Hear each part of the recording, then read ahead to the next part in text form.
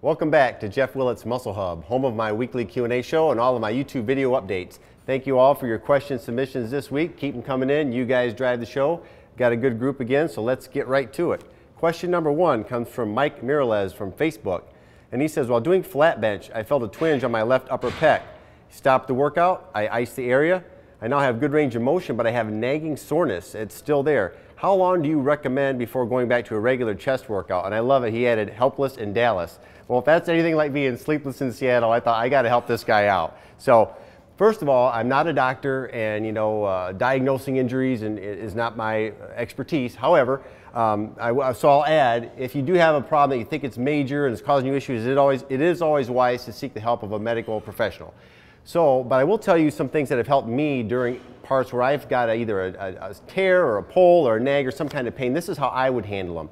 First of all, what you want to do is you want to avoid any exercises that cause aggravation to the area. So in this case, we're talking chest. So you can experiment with some different chest movements, whether they be dumbbell or different machine work or anything like that. Even if they aren't normal Max OT style exercises, experiment and see if you can do any of them pain-free. If you can, then stick with the movements you can do pain-free and still continue to ice the area after activity.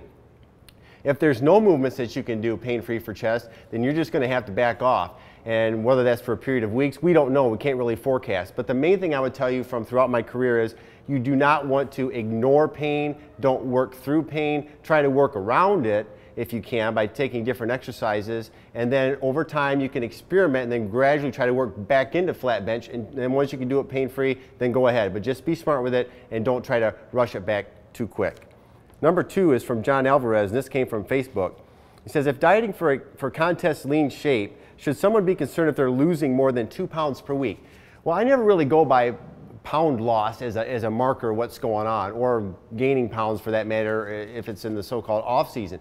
But what you want to do is you're working to get leaner, and you're working to do this over a long period of time, which is why you want to set up your pre-contest in over probably a 6-month period if you can.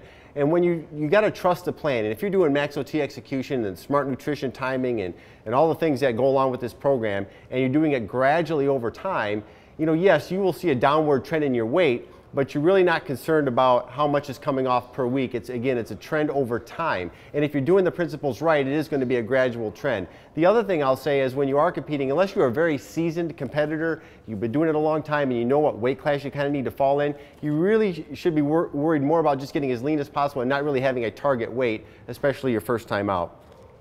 Question 3 is from Mohammed El Shazal, and this comes from Facebook. He wants to know, why didn't I eat eggs or egg whites when dieting in 2003? Well, he's referencing in my Lost Logs ebook, you can see exactly the plan I followed while getting ready for the contest in 2003. And I didn't use eggs or egg whites as any of my protein sources. And really the only reason is just personal preference.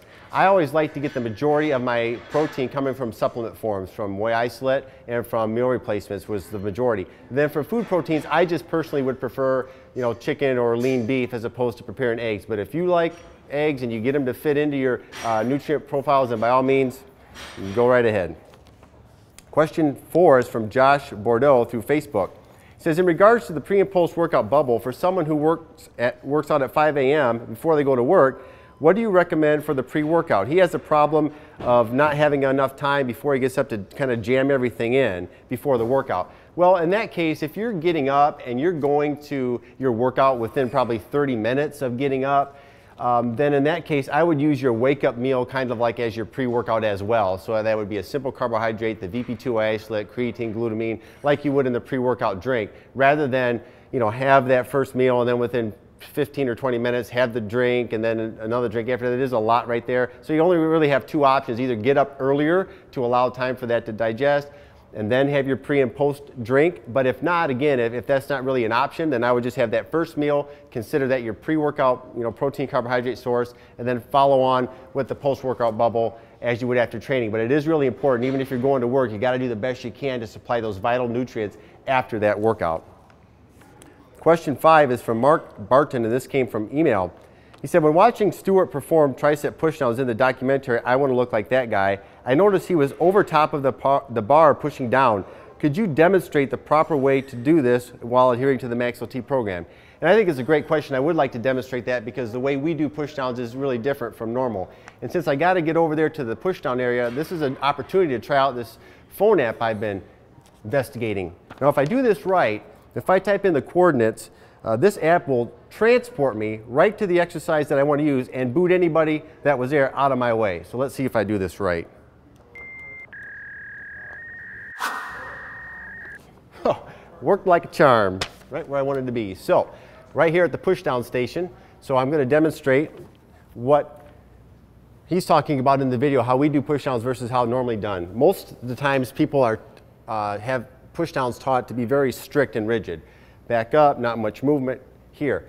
What we like to do to really take advantage of the compound nature of the movement is I like to take a straddle position. I really like to lean into it here. I'm going to let the bar actually come up by my head, and then we're going to drive it down. We're going to control it up, and we're going to drive it down. This is allowing us to really generate a lot of power, take advantage of the compound nature of the movement, and we're still, by keeping it under muscular control, we're keeping the tension on the tricep. We're not being sloppy with it or haphazard with the form, but we're keeping it under muscular control, letting our body move naturally as we like to do when we handle a lot of heavy weight. So if you get used to performing tricep pushdowns like that, I think you'll notice you can handle more weight and you really feel that emphasis on the triceps, similar to how we executed the lying triceps extensions a few weeks ago.